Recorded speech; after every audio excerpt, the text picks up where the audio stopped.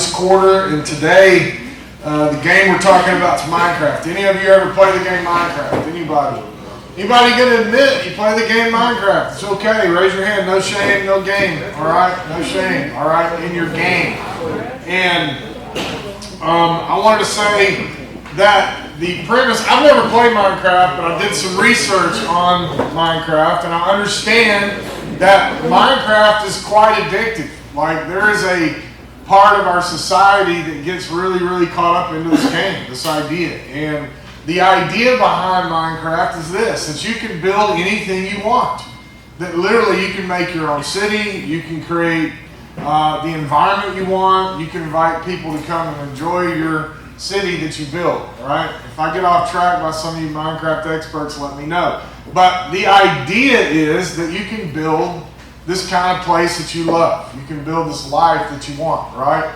And so every single week we're going to take a different game, and we picked kind of the top 10 most popular games.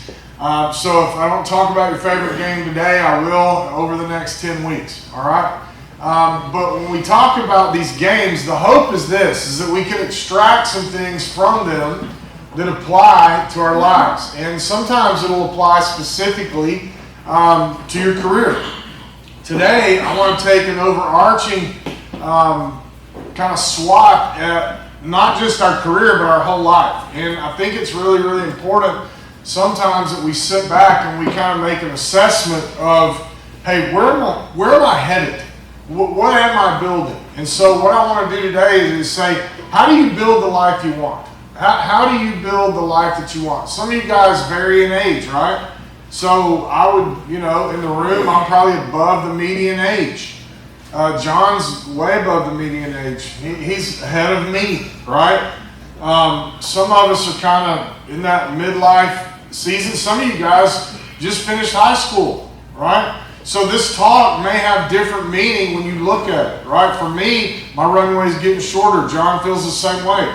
But that doesn't mean that you quit dreaming. So I don't want you to check out if you're like in the later season of life, you're 2 years from retirement or whatever. Because if you woke up today and you're vertical, the sun came up, you still got a chance, right? And so what I want you all to do just for a second is just to pause and go, hey, am I building the life that I want? Am I doing the things necessary to get where I want? And you may have already built a life and it didn't work, right? You might have spent a lot of energy and time and you built something over here and it just fell apart on you. You know what? Here's what I want to say to you today. If that's your story, if you didn't start the way you wanted it to, you still got a chance. It's called redemption, right? There's always another opportunity. And so I want to talk about today being that starting point, and I really want to ask you this question. Are you building the life that you want? Because just like in Minecraft, here's the deal with the games we're going to talk about. Man, they're fun and they're entertaining, and sometimes, man, it's exactly what we need, right? We just need to do something fun with our friends. But they're also not real. And sometimes we forget and we get confused about those two things. And you heard, if you were at our meeting last week, Vince talked about that. You don't have a reset button in real life, right? The consequences that we experience in real life, you don't have a reset button. Like if I'm getting destroyed in a game, I can start over. I can check out. I can leave the lobby. I can trash everything and I can start over from scratch. I can't do that in real life. I can't. In real life, consequences matter. Choices I make matter. And we're, at the end of the day, we're the result of the choices that we choose to make. And so when you talk about what does it look like to build the life that you want, to build the life that you dream of, here's what I would say is the first step you have to do. Do an assessment of the life that you currently have. And I wrote a few thoughts in here. So see things for what they really are. You can't build the life that you want when you live in a facade. In other words, you can't build what you really want unless you admit what you have. And so I would ask all of you to do an assessment. Let me clarify something too, because I don't want you to go down the wrong road. Here's what I want to clarify. If you think, I'm not talking about monetary things. I'm talking about a sense of fulfillment, okay? Now, money plays a part, but it's one of many parts that will help us construct and build the life that we want. So when you go, man, I'm not talking about, this isn't a motivational talk to build wealth, right? If that's important to you, then that'll be a bigger part of your path, maybe than it is for me. But I'm talking about to get to the end of your life and look back and go, I accomplished the things I wanted to. And guess what? They're all unique in this room. All of you are going to have different things on your list of what's important. But you will never get where you want to be until you admit where you are. Is that a fair assessment? Right? Now, I have just a reality check in my own life. If I go, man, I want to be in shape. What if I tell you, man, I'm in really good shape? And then I take my shirt off every day and look in the mirror and go, I'm not in really good shape. But what do? I think keeping my shirt on is going to hide it, right? We do that in life. We keep our shirt on in certain situations because we don't want anybody to know. We want everybody to think that we got a great family and our life is good. Somebody comes up to you and they go, hey man, how's it going? How's life? And you go, oh, it's awesome. And on the inside, what are you saying? It's not. It sucks. Right? I'm miserable. I'm not happy in my marriage. My finances are a mess. My life, my kids are rebellious. Man, my parents are in their 60s and they're getting a divorce. You know, my grandma has a terminal illness. Why do we do that? Why do we put on a facade sometimes? And I'm not necessarily talking about you get up and just bare your soul to people you don't know, but I'm talking about being honest with yourself. If you don't have an honest conversation about where you really are, then what's the motivation to ever change it? Right? Does that make sense? If I think everything's going great, then where's the motivation to change? Change comes when we get uncomfortable. And I promise you in this room, every single person can write an area where if you're honest, you're not where you want to be. If you're honest, your finances aren't where you hope they would be. Your relationships aren't where they hope to be. Your health isn't where you hope it'd be. And you know when it'll change? When you get uncomfortable enough to be honest and take your shirt off. Right? I know that's kind of a... Ladies, don't take your shirt off. That's all. I'm talking about guys that are overweight like me. It's an illustration. All right? So, the reality is I'm talking about being real. Okay? So, hopefully that kind of struck a nerve with you and you can be real. So, what are things that keep us stuck? Number one, do I have limiting beliefs? What are limiting beliefs? Anybody in the room? Anybody on video? Say it out loud if you're in a different environment. But in this room, what are some limiting beliefs? What do those two words tagged together mean? What does it mean to be limited? What is a limiter? Any mechanics in the room? It's a governor, right? What does it mean to have limiting beliefs? You held back, right? It means that you hold on to something that you believe to be true about yourself that limits your potential. What would be a limiting belief? Would race be a limiting belief? Could that be a limiting belief? Just be honest. Yes, you could say, because of this, then I can only achieve that. You got to kind of do some extraction of limiting beliefs. You have to believe that regardless of your race, you can accomplish anything you want. That has to be the belief that you hold on to, right? But a lot of people, what do? We go through life and we pick these limiting beliefs. Gender could be a limiting belief, right? I can't accomplish that. Well, in our field today, just in this meeting, Alex has proved that wrong. I heard her name like 7 times when we were going over the monthly stuff. Good job, Alex. So, if you hold to a limiting belief, I'm sure somebody in her life at some point said, you can't do that. Being a plumber, that's not a good career path for you. Maybe I'm making a stretch, but I would assume that somebody probably told you that somewhere along the way. The reality is, we grow up in families, we grow up in communities, we go to school with people. What do they tell us sometimes? You can't do that, right? You can't accomplish that. Man, I went to the game last night. Rangers are on a roll, they're on a tear. But I'll tell you something, there's a little second baseman for Tampa. His name's spelled Lowe, but he's pronounced Lau. There's a Low that plays center field. There's a Lau that plays second base. There's a Low for the Rangers that plays first base. His brother's a center fielder for Tampa Bay. It was real confusing. There was lots of Lows and Laus last night.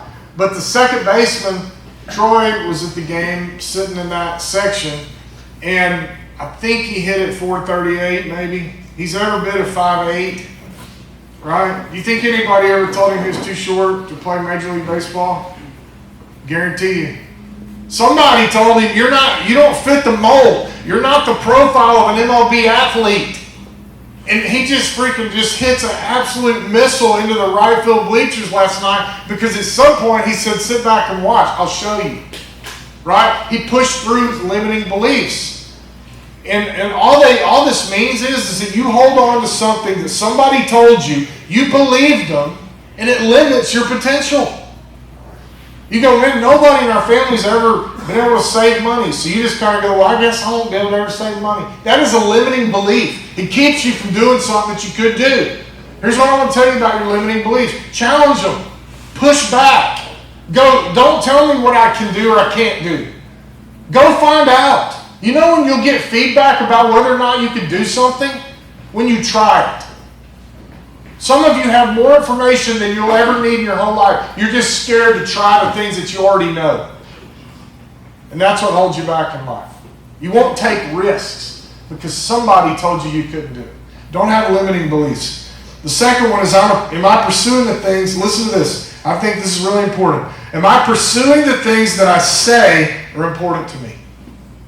Am I pursuing the things that I say are important to me? If I called you in a meeting and I said, hey, tell me the 3 most important things in your life, what would you say? What are the 3 most important things that you would communicate to me and you would say, Bubba, these are really important? Because I want to show you something. I would ask you then to prove that. Prove it. If James Whittington comes in my office and, James said, you know what? One of the things that's important to me is financial security. I want to be able to retire. What can I ask for in return? If I said, James, I want you to prove that to me. Hey, next time we meet, I want you to bring me your portfolio. I want you to show me your 501. I want you to show me your tax return. I want you to show me your savings account. I want you to show me your IRA, your investments. What is that? What am I looking for? Alignment. Right? Isn't it foolish to say we believe in something and nothing about our behavior supports it? If I tell all of you in here that I've been married 35 years next month and I love my wife, but every time you hear me talk about her, I'm talking down about her, what do you think of me? Seriously, I'm a hypocrite. I go, man, I love my wife, but every time you see me, we're at a conference and I'm flirting with some woman that's not my wife. What do you think of me? But man, what if every time I get a chance to introduce you to her and I go, this is the most incredible person. She changed my life. She means everything to me. Then there's alignment. Guys, you can't pursue things without alignment. Alignment's real important. Alignment's important on your car. Man, when one tire gets out of whack, what happens to your whole experience? It's messed up, right? Things get shaky. Guess what happens in your life when there's no alignment? Things get shaky. They get out of whack. So assess. Let me move quickly through the rest of this real quick. So number 2, dream about the life you want. And one of the exercises that I love is imagine yourself being 90 and you look back to now. What is it that you would want to tell your grandkids about? What are the things that you would go, hey, listen, I'm going to tell you something I did when I was 30. Hey, let me tell you what happened when I took this chance when I was 45 years old. What are the things looking back that you would be excited to tell your grandkids? I want you to dream about those things. Greg Buston is my Vistage chair. He's the guy that leads our meetings. I go to Vistage once a month. Jimmy goes to Vistage once a month. It's a leadership. It's all day. It's an 8-hour class. A lot of times we have a guest speaker. Last month we had a guest speaker for 4 hours in the morning. Then we do a 4-hour session in the afternoon. It challenges me. It's a lot. I feel like my brain's fried at the end of the day. But the guy who's our chair, he's our leader in there, he always challenges us on this. And I wrote it down. He always challenges us at the end of the day, if we say, hey, we want to do this in our business, we want to change this. He says, if you're not specific, it'll never happen. If you're vague about a goal, it'll never happen. So we have to do a check-in where we write down our goals for a quarter, right? Or for a year even.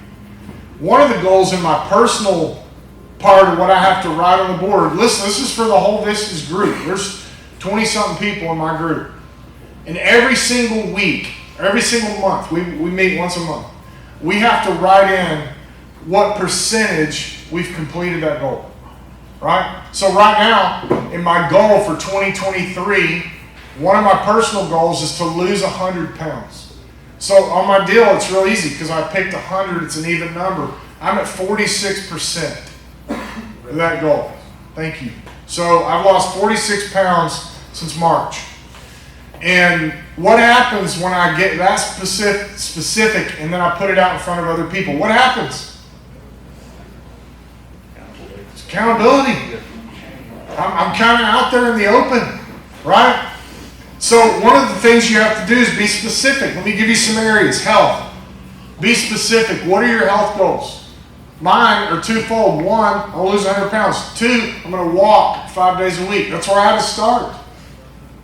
Because it's all I could do was walk. I started out walking 1 mile. Now I'm up to 2.5 miles, right? So 2.5 miles now feels like 1 mile did in March. It's not that hard. I probably need to move it up. Probably need to go to 3 next week, right? So that's a health goal. Number 2, spiritual goals. I don't know where you're at spiritually, but you ought to have goals spiritually. You got whatever you believe in. There's a specific goal that you should pursue with whatever it is that you are spiritual about, right? It should be important. It's a part of your life. Number 3, family. What are your family goals? What do you want to do with your family? You know, I want to have a great relationship. What I've been doing, my daughter's home from Baylor. Once a week, I'm trying to do something significant with her. We've gone bowling. We've gone out to eat. We've played putt-putt. I will not regret that when the summer's over. She'll get in her car, we'll pile it up, I'll cry all over again. She's a junior in college, it still feels emotional. When she drives off, it still feels weird. Right? She's my last one, she's my only girl. Gets me every time. I gotta load her car and watch her taillights drive off. But the reality is, I had a goal to connect with her while she was home. How am I achieving that? Every single week, I have a specific time set aside. I go to her on Monday and I go, what do you want to do this week? And she's picked things that surprised me, right? We went to the Rangers game last night. It was fun. Finances. What are your financial goals? Well, how much do you need to retire? I've said this to you guys. Listen, if you don't know that, you're already behind. I don't care if you're 25 years old. You pick a year in your life, you say, I want to retire at 62. Go sit down with somebody and go, when I'm 62 years old, how much money do I need to retire on X amount of dollars per year? They can give you the exact plan to get there. But if you wait until you're 50, what happens? 50 to 62, you got 12 years. Good luck. Right? It's going to be really hard to save enough money in 12 years to retire for the rest of your life. You need to know what the number is. Be specific. Career. What goals do you have? Where do you want to be? And don't just go, well, I don't know. I just want to have a job. Be specific. What do you want your job to look like? What do you want to achieve in your career? It doesn't have to be advancement. It could be personal stuff. It could be personal goals. It could be to be on this board. It could be a certain number. It could be to have, 20 customers that think I'm the best.